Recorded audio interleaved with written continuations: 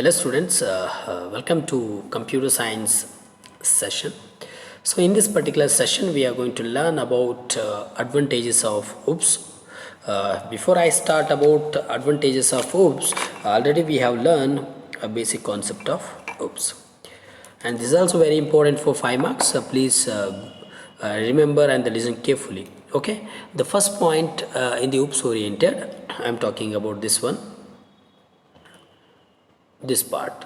Okay, see, it supports object. It is a real world entity which give characteristics or behavior of the class. It supports an object. It is a real world entity which gives characteristics or behavior of the class. See, object is completely object oriented programming is completely depends on the object only. Why? Because through the reference object itself we are executing all the member function of the class or a complete property of the class. When you are executing entire property of the class, the object plays the important role, and that object will be defined in two different manner. When you declare that object with the data type called as data member, when you declare the same object with the class name called as a reference object. If the data member, if you declare with the data type, that will be called as data member, I said just now only. So data member gives the entire characteristics or property or behavior of the class, and reference object helps the user to execute a member function of the class. That's the first meaning. That's why it supports for the object. Second point, the complexity of the program. I'm talking about the second point, this one.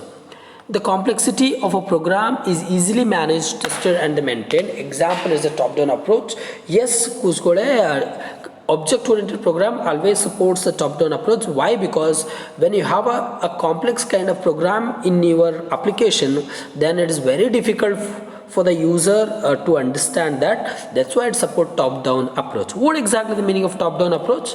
Top-down approach helps the programmer to divide the complex code into subcodes, and each subcode will be given one individual name. So when you are provided individual name for the subcode, that is very easy for the user to understand, test and maintain. That's the meaning.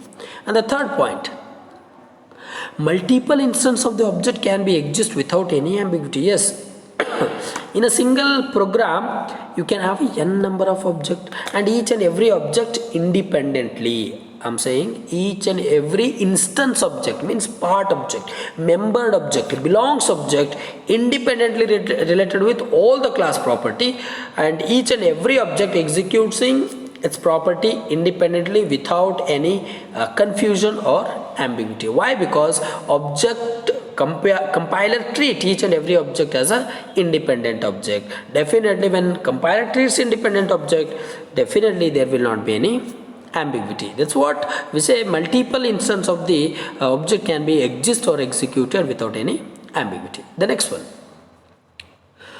data hiding helps to build a secured program. Yes, any programming language helps the programmer to build its own application in a secureable manner only, because no one wants to access, unauthorized person should access or execute their property. That's why data hiding is everywhere it is available. So data hiding helps the user to protect our private data or encrypt our private data. The next one, message passing technique is used for communication.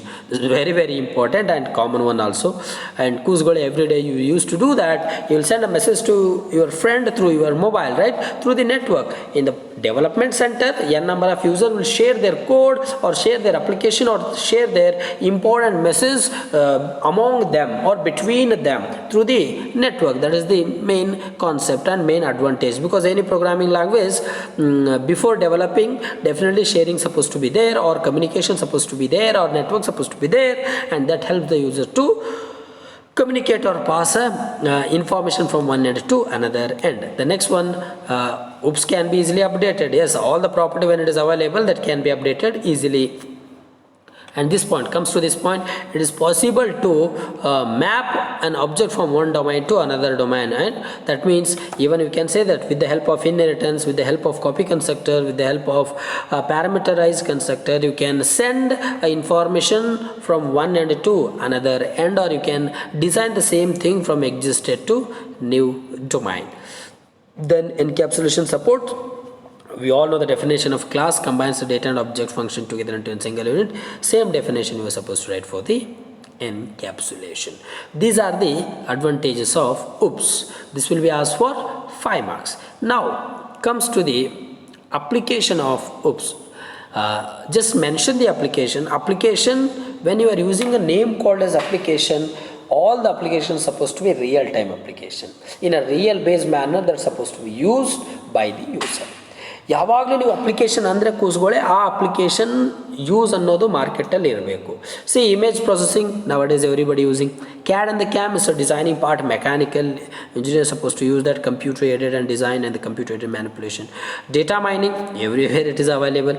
Simulation and the modeling, data warehouse, artificial intelligence, parallel computing, web-based application. These are the different applications commonly used in OOPS. Okay, in the exam they may ask mention or write the application of OOPS, means out of these things write any 2, 3, 4, 2 marks. Now very important for 5 marks, difference between POP and OOP. The difference between POP and OOP. First point inside the POP.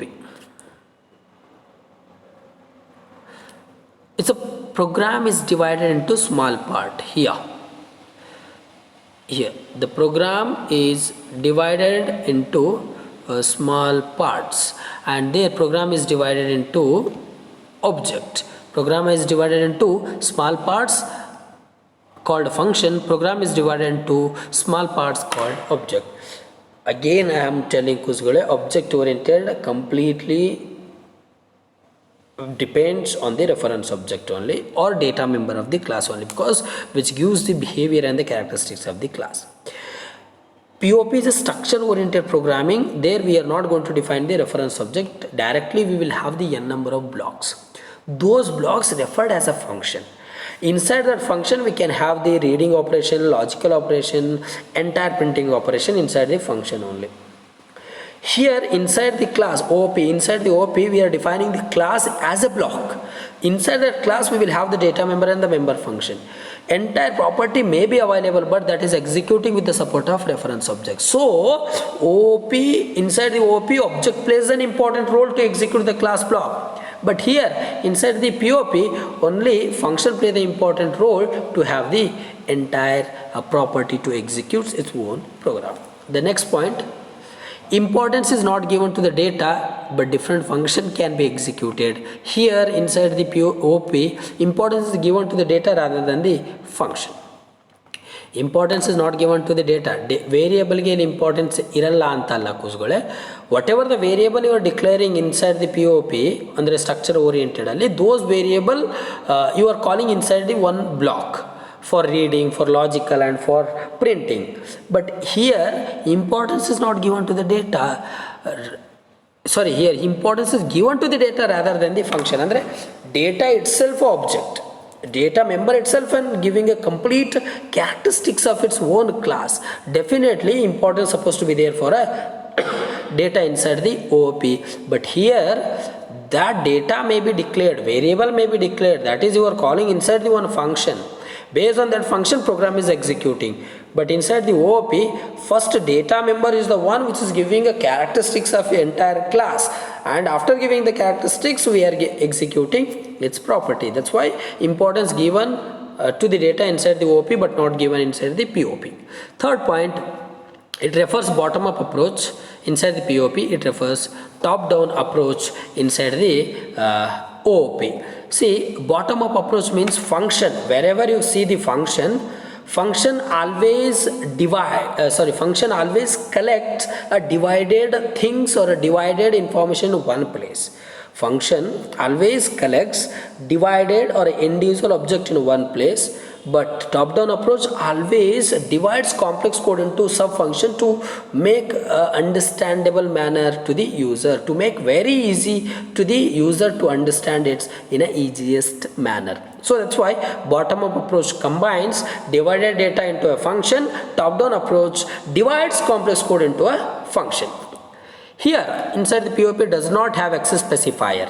So inside the structure oriented programming, private public protected use ಮಾಡಂಗಿಲ್ಲ, directly we are executing the program through the function itself. Here inside the OOP you are supposed to have a access specifier, that is private public protected, because those three is the one which is helping you to declare data member and member function inside the class block. Maybe through the reference object you are executing, but data member is the one giving a characteristics of class where you are supposed to declare that inside the access specifier only. This is the meaning. Next, data can move freely from one function to another.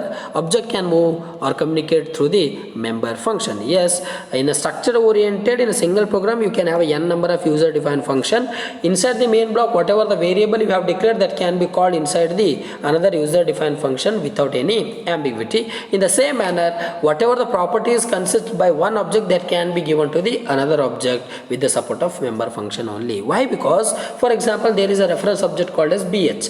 Bh is executing read member function. Now if bh giving a property to bh1 andre, bh should have a property first. So already it is having read property, the same read it is giving to the another one. This is the meaning. And here it is difficult to create an object. Yes, structure oriented executing directly, so no need of creating the object, and it doesn't support also. But OOP you must and should, because class block itself executing through the reference object. That's why you need to create the reference object. You have to create the reference object inside the OOP, but inside the POP there is no object creation. Overloading is not possible inside the POP. Overloading and overriding both possible in the OOP. Overloading helps the user to call same function and again. That will not create inside the POP. If you created, that will give the error. Here we are avoiding that to come with the error. Why? Because by giving the different parameters. Example for POP: C programming, VB, Fortran, Pascal, and OOP ಗೆ C++, Java, VB.NET, C#.NET, ASP.NET. These are the important points for the difference between POP and OOP. Thank you. Please go through this particular session. If you have any doubt, please ask me. Thank you.